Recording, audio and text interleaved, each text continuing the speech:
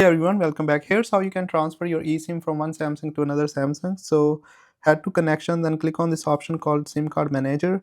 Then click on this add eSIM option. Once you click on add eSIM option, it will show you a pop-up. So transfer SIM from another phone, click on the first option. So in my case, I'm transferring from this phone to this phone, and you will see this a pop-up transfer SIM from this phone to a new phone. Click on transfer. Once you click on transfer, you have to enter this verification code on your old device.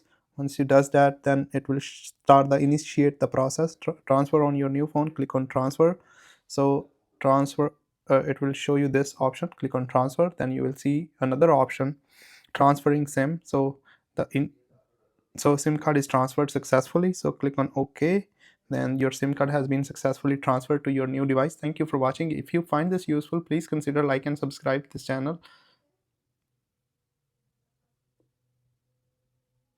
Here you go. So the contact is already moved along with the transfer eSIM process. Thank you for watching.